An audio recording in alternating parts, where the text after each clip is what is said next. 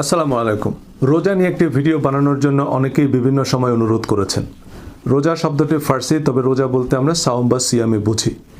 ইসলাম ধর্ম ছাড়াও ইহুদি, খ্রিস্টান, কনফুসিয়ানিজম, হিন্দু, তাওইজম সহ অন্যান্য সকল প্রধান ধর্মে রোজা বা উপবাসের বিধান আছে। রোজা নিয়ে কোরআনের বর্ণনা, হাদিসের বিশ্লেষণের বাইরেও হাজারো প্রশ্ন, অন্তহীন জিজ্ঞাসার জবাব মিলবে এই ভিডিওতে ইনশাল্লাহ। হাদিস ছাড়া রমজানের রোজা রাখবেন কিভাবে? কোরআনে তো মাত্র 10টি রোজার কথা আছে। রোজার নিয়াত, তারাবির নামাজ, ইতেকাফ, শবে কদরের বিস্তারিত বিবরণ হাদিস ছাড়া কিভাবে জানব? এ জাতীয় বেশিরভাগ প্রশ্ন শুনে শুনে বলা, কোরআন হাদিস পড়ে বলা নয়। এই ছোট্ট ভিডিওতে কোরআনের 5টি আয়াত উল্লেখ করব, যাতে রোজা সংক্রান্ত সকল প্রশ্নের উত্তর পাবেন। এরপর বুখারী শরীফের সাওম, তারাবি, ইতেকাফ অধ্যায়ের হাদিসগুলোর হাইলাইটস দেখাবো। আচ্ছা, 2 ঈদ অধ্যায়ও জুড়ে দিলাম বোনাস হিসাবে। বুখারী শরীফের বাইরে অন্যান্য হাদিস গ্রন্থের এই বিষয়ে সহিহ হাদিসগুলো থাকবে এই আলোচনায়। অর্থাৎ এই ভিডিও থেকে আপনি কোরআন এবং হাদিসের রোজা সংক্রান্ত যাবতীয় বক্তব্যের সারসংক্ষেপ জেনে যাবেন। এবার কেউ কোনো প্রশ্ন করলে আপনি চিন্তাভাবনা করে যে উত্তর দিবেন, এটাই ফাতোয়া, ইজতিহাদ, কিয়াস বা মত। যারা এই ভিডিও দেখবেন তাদের এক একজনের কিয়াস বা ফতোয়া এক এক রকম হবে। কেউ বলবেন না আরও সহিহ হাদিস আছে, আপনি জানেন না, কিন্তু আমিও জানি না। আর আপনার সব হাদিস সহিহ না, আপনি মন গড়া ব্যাখ্যা দিচ্ছেন। ভাই, সবার ব্যাখ্যাই মন গড়া। কারো কাছেই জিবরাইল আলাইহিস সালাম ওহী নিয়ে আসে না, যে যেভাবে বুঝছে তাই বলতেছে। এবার সংখ্যাগরিষ্ঠের মতামত যেদিকে, তাই হলো ইজমা। মতামত দেওয়ার ক্ষেত্রে আমার সাথে দ্বিমত করবেন না, এই মূলনীতি অনুসরণ করলেই তা সজল রোশন মাযহাব। অনেকে বলবেন আপনাদের কথা তো ফতোয়া বলে গণ্য হবে না। কেন ভাই? কোরআন হাদিসে এর বাইরে রোজা সংক্রান্ত আর কোনো প্রসিদ্ধ ও নির্ভরযোগ্য বর্ণনা নাই। অন্তত দুনিয়ার বেশিরভাগ শায়ক এর চেয়ে বেশি সহিহ হাদিস জানে না। এর বাইরে যাবতীয় প্রশ্নের উত্তর কেবলই যার যার অনুমান ভিত্তিক নিজস্ব মতামত। আর হাদিসে যে সব প্রশ্নের উত্তর নাই এবং তা যে কোরআনের ব্যাখ্যা নয়, তাও আশা করি বুঝতে পারবেন এই আলোচনা থেকে। কোরআনে 10টি রোজা রাখার কথা বলা আছে সূরা বাকারা 196 নং আয়াতে, কিন্তু তা হজের কাফারার রোজা। কেউ কোরবানি দিতে অসমর্থ হলে হজের সময় 3টি রোজা রাখবে, আর বাড়িতে গিয়ে 7টা রোজা, সর্বমোট 10টা রোজা। সবিস্তারে বলা আছে, কোনো তাফসিরের দরকার নেই। এবার রমজানের রোজা প্রসঙ্গে আসি। সূরা বাকারা 183 থেকে 187, এই 5টি আয়াতে রোজার সব কিছুই সোজা সাপটা বলা আছে। হে বিশ্বাসীগণ, তোমাদের পূর্ববর্তী লোকদের মতো তোমাদের উপরও সিয়ামকে ফরজ করা হয়েছে, যেন তোমরা সৎকর্মশীল বা সংযমশীল হতে পারো। সুতরাং রোজা ফরজ, আল্লাহ পরিষ্কার বলে দিয়েছেন। আমাদের পূর্ববর্তীদের উপরও রোজা ফরজ করা হয়েছিল, এবং এর উদ্দেশ্য যাতে আমরা সংযমী ও সৎকর্মশীল হতে পারি। রোজা হচ্ছে যাবতীয় অসৎ কাজ, মনের সকল কুপ্রবৃত্তি থেকে সংযম সাধনার জন্য। কোরআনে সৎ ও অসৎ কাজের তালিকা দেয়া আছে, পুরস্কার ও পরিণামও বলা আছে। রোজার প্রথম 2-1 দিন আমাদের সবারই কিছু একটা খেয়ে বা পান করতে গিয়ে হঠাৎ মনে পড়ে, ও আমি তো রোজা। শেষ বিকালে একটু ঠান্ডা পানি, সুস্বাদু ইফতারের জন্য কত অপেক্ষা, বারবার ঘড়ি দেখি। কিন্তু আসল ব্যাপারটা কিন্তু পানাহার নয়, অসৎ মন্দ কাজ থেকে সংযমের চর্চা। একটা অকারণ মিথ্যা কথা বলতে গিয়ে ও আমি তো রোজা, একটা বেহুদা কথা বলতে গিয়ে থেমে গেলেন, কাউকে গালি দিতে গিয়ে, কারো নিন্দা করতে গিয়ে, কারো অমঙ্গল কামনা করতে গিয়ে, কোনো অসৎ অকল্যাণকর চিন্তা করতে গিয়ে থেমে গিয়ে ভালো কিছুতে মন দিলাম। এতে রোজা শেষে কিছু খেতে গেলে যেমন ধাক্কা লাগে, তেমনি খারাপটা তখন আবর্জনার মতোই অসহ্য মনে হবে।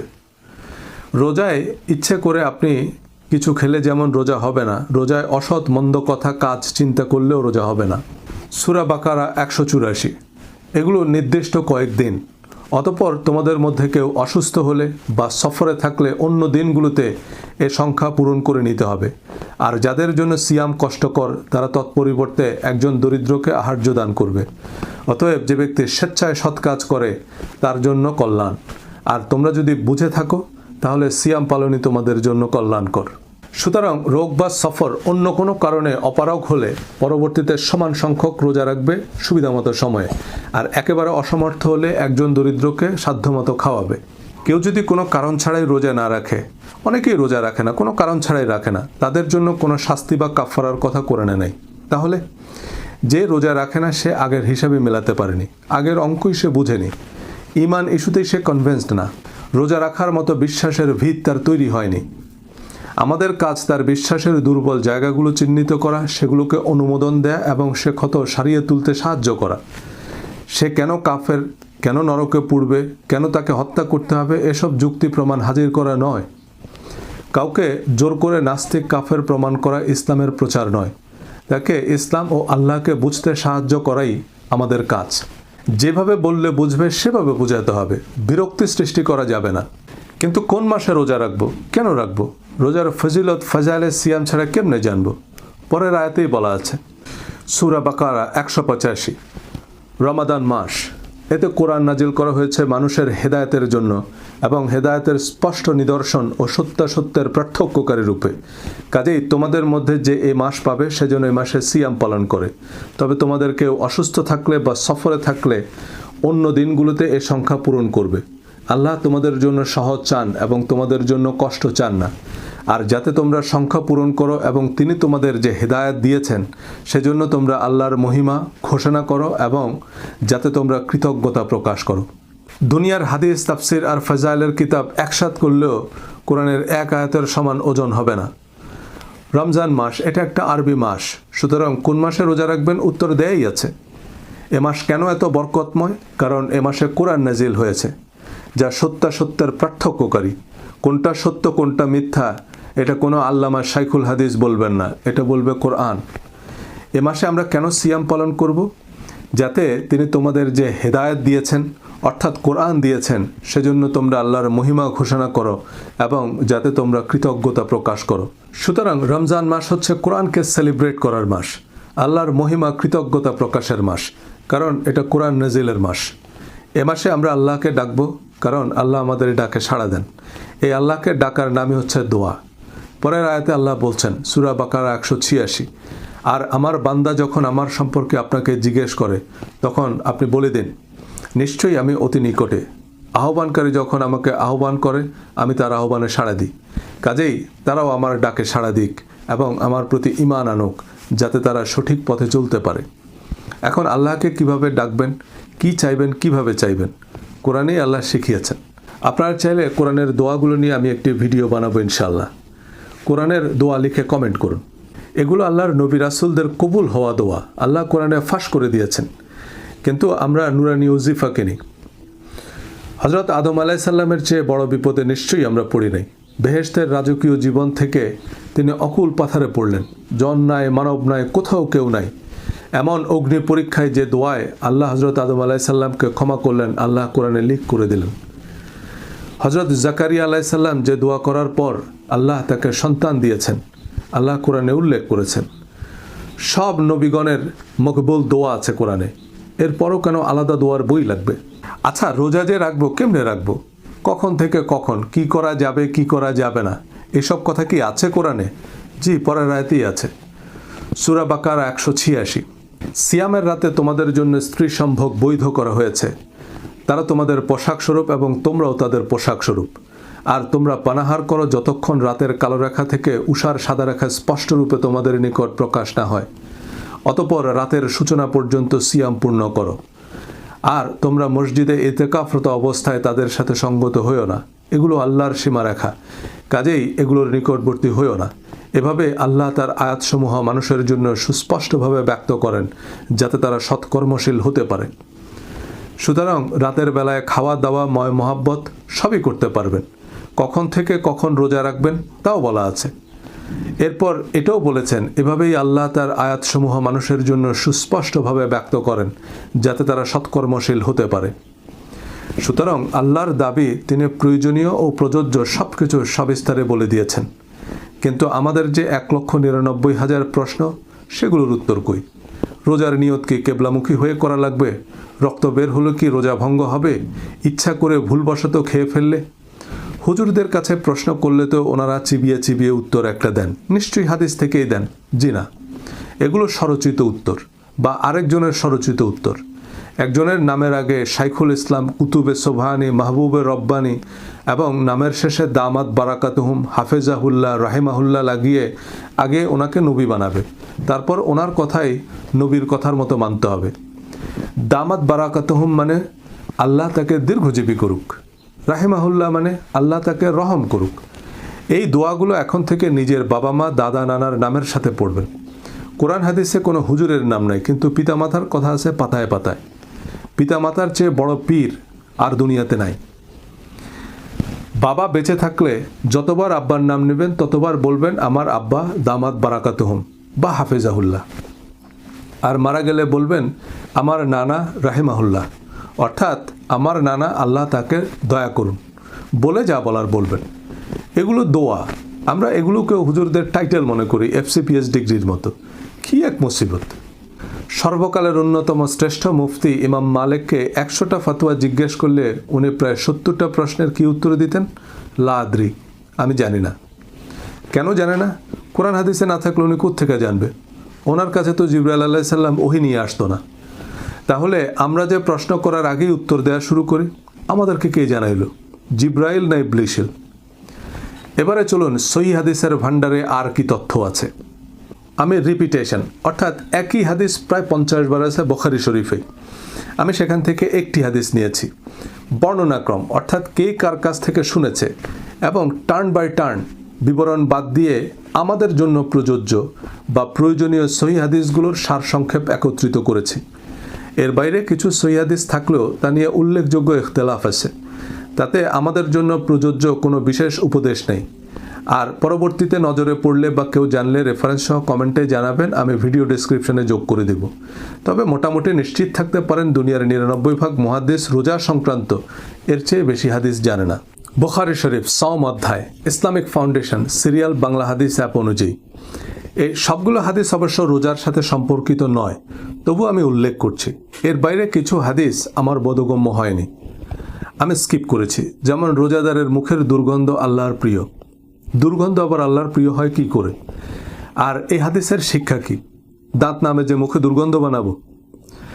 যাই হোক, চলুন জেনে নেওয়া যাক হাদিসের মহাপণ্ডিতদের কাছে হাদিস শাস্ত্রের কি কি মারণাস্ত্র আছে। 1773 সিয়াম ঢালস্বরূপ, সুতরাং অশ্লীলতা করবে না এবং মূর্খের মতো কাজ করবে না। 1781 রমজানের প্রতি রাতেই জিবরাইল আলাইহিস সালাম নবীজির সাথে একবার সাক্ষাৎ করতেন এবং নবী সাল্লাল্লাহু আলাইহি সাল্লাম তাকে কোরআন শোনাতেন।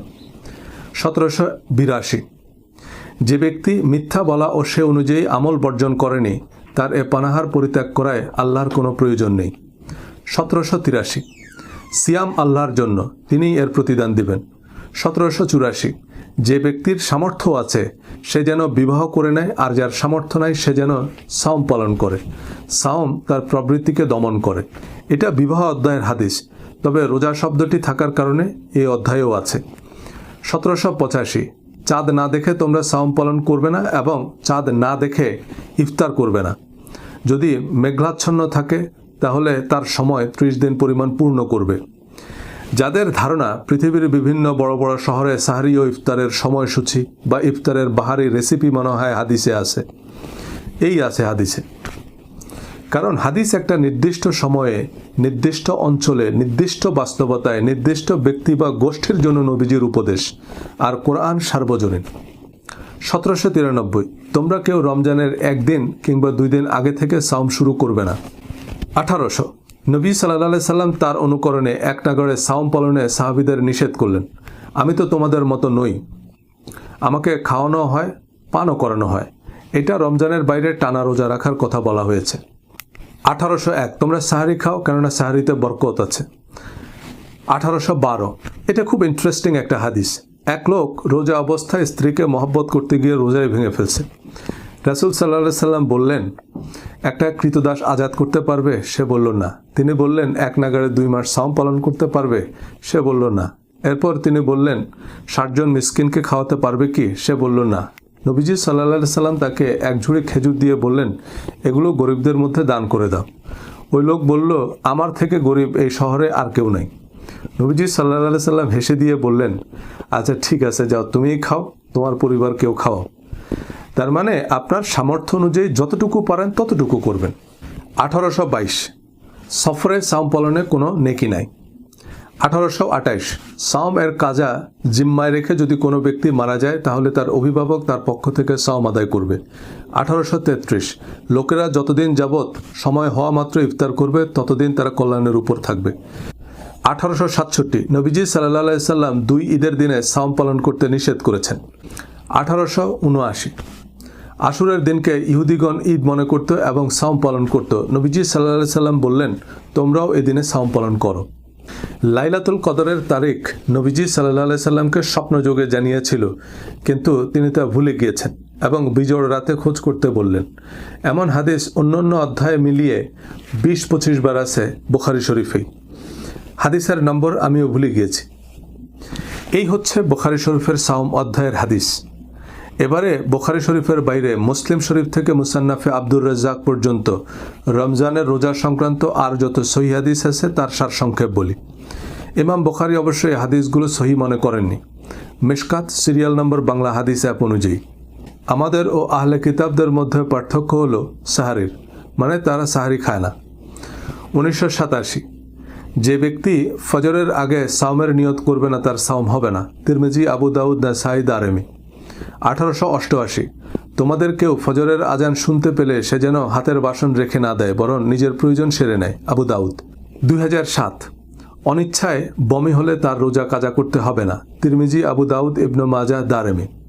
2012 যে সিঙ্গা লাগায় ও যে সিঙ্গা দেয় উভয়ই নিজেদের সাওম ভেঙে ফেলেছে। আবু দাউদ, ইবনে মাজাহ ও দারেমি। এই হাদিস শোনার আগ পর্যন্ত কিন্তু সিঙ্গা লাগাইলেও আপনার রোজা ভাঙত না, এখন ভাঙবে। এভাবে যত প্রশ্ন করবেন তত বনি ইসরায়েলের গরুর মতো জিনিসটা কঠিন হবে। 2032 ঋতুবতী মহিলাদের সাওম কাজা করতে হয়, সালাত কাজা করতে হয় না। মুসলিম, মুসান্নাফে আব্দুর রাজ্জাক। 2047 যে ব্যক্তি রমজান মাসের সাওম রাখবে অতঃপর সে শাওয়াল মাসের 6টি সাওম রাখবে, তাহলে সে একাধারে সাওম পালনকারী বলে গণ্য হবে। মুসলিম ও অন্যান্য। হাদিসের সহজ পাঠ শিরোনামে কয়েকটি পর্বে হাদিসের এমন হাইলাইটস দেখাবো। কোরআনের বাইরে হাদিস থেকে সব প্রশ্নের উত্তর মিলবে না, বরং নতুন প্রশ্ন তৈরি হবে। তবুও মহাদেশ হুজুররা কি না জানি সব জেনে ফেললো, কি গোলা বারুদ না জানি তাদের কাছে আছে, এই আশঙ্কায় আমরা তাদের তাকলিদ করি। যারা নিজেরাই ইজতেহাদ করতে চান, বুঝে ধর্মচর্চা করতে চান, তাদের জন্য আমি এই সিরিজটি বানানোর ইচ্ছা রাখি। আগ্রহীরা হাদিসের সহজ পাঠ লিখে কমেন্ট করুন। হাদিস জানলে নিজেই বুঝবেন যে হাদিস কোরআনের মতো সার্বজনীন নির্দেশ নয় এবং তা কোরআনের ব্যাখ্যা নয়। এবারে বুখারী শরীফের তারাবি অধ্যায়। ঘুরিয়ে ফিরিয়ে 3টা দরকারি হাদিস আছে। 1882 যে ব্যক্তি ইমানের সাথে সওয়াব লাভের আশায় তারাবি সালাত আদায় করে তার পূর্ববর্তী গুনাহসমূহ মাফ করে দেওয়া হয়। 1883 হযরত ওমর রাদিয়াল্লাহু তাআলা আনহু ইমামের সাথে সম্মিলিত তারাবি সালাত আদায়ের প্রচলন করেছিলেন। 1885 নবীজি সাল্লাল্লাহু আলাইহি সাল্লাম 3 দিন রাতে সালাত আদায় করেন এবং লোকেরা তার সাথে সালাত আদায় করেন। চতুর্থ দিন ফরজ হয়ে যাওয়ার আশঙ্কায় তিনি আর বের হননি। তারাবি নামাজের বিবরণ কোরআনেও নাই। নবীজি সাল্লাল্লাহু আলাইহি সাল্লামও এখনকার মতো আয়োজন করে পড়েননি। হযরত আবু বকর রাদিয়াল্লাহু তাআলা আনহুর সময়কালেও এ প্রচলন ছিল না। অন্যান্য হাদিস গ্রন্থে মারামারির কিছু জাল জয়ীফ হাদিস আছে। 8 রাকাত না 20 রাকাত পড়তে পারেন, বহুত ফায়দা হাসিল হবে। এবারে বুখারী শরীফের ইতিকাফ অধ্যায়। 1899 রাসূলুল্লাহ সাল্লাল্লাহু আলাইহি সাল্লাম রমজানের শেষ দশক ইতিকাফ করতেন। 1902 নবীজি সাল্লাল্লাহু আলাইহি সাল্লাম যখন ইতিকাফে থাকতেন তখন প্রাকৃতিক প্রয়োজন ছাড়া ঘরে প্রবেশ করতেন না। 1904 ওমর রাদিয়াল্লাহু তাআলা আনহু জাহিলিয়ার যুগে মসজিদে হারামে 1 রাত ইতিকাফ করার মানত করেছিলেন। নবীজি সাল্লাল্লাহু আলাইহি সাল্লাম বললেন, তোমার মানত পুরা করো। তার মানে জাহিলি যুগেও লোকেরা ইতিকাফ করত। 1916 ইন্তেকালের বছর নবীজি সাল্লাল্লাহু আলাইহি সাল্লাম 20 দিনের ইতিকাফ করেছিলেন। যারা এতক্ষণ ধৈর্য ধরে সাথে ছিলেন তাদের জন্য বোনাস হিসাবে 2 ঈদ অধ্যায়ের হাইলাইটস। 903 আজকের এই দিনে আমরা প্রথমে সালাত আদায় করব, এরপর কোরবানি করব। 906 সালাতের আগে যে জবে করবে তাকে আবার জবে বা কোরবানি করতে হবে। এই হাদিস অন্তত 20 বার আছে বুখারী শরীফে। 903 নবীজি সাল্লাল্লাহু আলাইহি সাল্লাম ঈদ উল ফিতরের দিন কিছু খেজুর না খেয়ে বের হতেন না। বিজোড় সংখ্যক খেজুর খেতেন বলে বর্ণনা আছে। তিনি হয়তো গুনে খাননি, আরেকটা কম বেশি খাইলে হাদিসটা হতো তিনি জোড় সংখ্যক খেজুর খেয়েছেন। 908 ঈদগাহে নবীজি সাল্লাল্লাহু আলাইহি সাল্লাম সালাত শেষ করে তিনি লোকেদের নসিহত করতেন, উপদেশ দিতেন এবং নির্দেশ দান করতেন। সালাতের আগে বক্তৃতা করা সুন্নাহ বিরোধী। 913 নবীজি সাল্লাল্লাহু আলাইহি সাল্লাম ঈদ উল ফিতরে 2 রাকাত সালাত আদায় করেন, এর আগে পরে আর কোনো সালাত আদায় করেননি। 918 জিলহজ মাসের প্রথম 10 দিনের আমল অন্যান্য দিনের আমলের তুলনায় উত্তম। এই আমল দ্বারা হজ ওমরা উদ্দেশ্য হতে পারে। 923 ঈদগাহে ঋতুবতী মহিলারা আলাদা থাকতেন।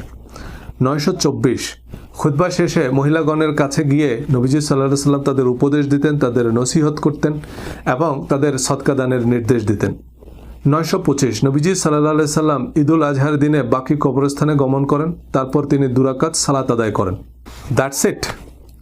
এই হাদিসগুলো ছাড়া ইসলাম ধর্ম অচল। আমাদের শাইখুল হাদিসরা উত্তর মেরু দক্ষিণ মেরু একত্র করেছেন এই তথ্যগুলো জানার জন্য। ভিডিওটি আবার দেখুন, মেলানোর চেষ্টা করুন এই বিচ্ছিন্ন বিক্ষিপ্ত বর্ণনাগুলো কি কোরআনের ব্যাখ্যা। এতে কি আমাদের সব প্রশ্নের উত্তর মিলেছে নাকি আরও জটিলতা বেড়েছে? এর চেয়ে কোরআনের বর্ণনা কি আরও স্পষ্ট নয়? যাই হোক, এই হচ্ছে শাইখুল হাদিসদের জ্ঞানের ভাণ্ডার। আপনার বিশ্বাস না হলে পরিচিত কোনো মুহাদ্দিসকে রমজানের রোজা, তারাবি, শবে কদর, ইতিকাফ ও ঈদ নিয়ে কি সহিহ হাদিস আছে জিজ্ঞেস করলে বুঝবেন উনি কয়টা হাদিস জানে। এক হাদিস বুখারী শরীফেই 20 বার আছে। কিছু হাদিসের সাথে নবীজি সাল্লাল্লাহু আলাইহি সাল্লামের সম্পৃক্ততা নেই, আমাদের জন্য প্রযোজ্য কোনো মেসেজ নেই, সেজন্য আমি স্কিপ করেছি। আর কারো এই শর্টকাট পছন্দ না হলে তিনি মহিষের চামড়ার উপর হাতে লেখা অরিজিনাল পাণ্ডুলিপিতে এই জিনিসগুলো জানতে পায়ে হেঁটে উজবেকিস্তান যেতে পারেন। কোরআন এবং হাদিসের প্রয়োজনীয় তথ্য আপনার কাছে আছে। এরপর কোনো প্রশ্ন মাথায় আসলে আপনার যা সঠিক মনে হবে তাই উত্তর। আপনি যদি কেবলা নির্ণয় করতে না পারেন, আপনার যেদিকে কেবলা মনে হবে সেদিকেই কেবলা। এ মূলনীতি বলা আছে বুখারী শরীফের প্রথম হাদিসেও। প্রত্যেক কাজ নিয়তের সাথে সম্পর্কিত, আর মানুষ তার নিয়ত অনুযায়ী ফল পাবে। আপনার সাথে বোঝাপড়া হচ্ছে আল্লাহর, আর আল্লাহ জানে আপনি কি উদ্দেশ্যে কি করেছেন। আমাদের নামাজ, রোজা, হজ, কোরবানি যদি আল্লাহর উদ্দেশ্যে হয়, তবে যেভাবেই করছি, যতটুকুই করছি, আল্লাহ অবশ্যই কবুল করবেন। আর ঝগড়ার উদ্দেশ্যে, তর্কে জেতার জন্য, লোক দেখানোর খাতিরে, নিজেদের মজহাব প্রতিষ্ঠার জন্য যাই করেন, মনে রাখবেন আল্লাহ আমার আপনার নামাজ, রোজা, হজ, কোরবানির কাঙ্গাল না। আল্লাহর সৃষ্টি জগতের তুলনায় আমাদের এই পৃথিবীটা একটা অদৃশ্য ভাইরাসের চেয়েও ক্ষুদ্র। আমি আপনি তো হিসাবেই পড়ি না, এমন 1 বিলিয়ন পৃথিবী বিলীন হয়ে গেলেও স্রষ্টার সৃষ্টি জগতের কিছুই হবে না। ধন্যবাদ।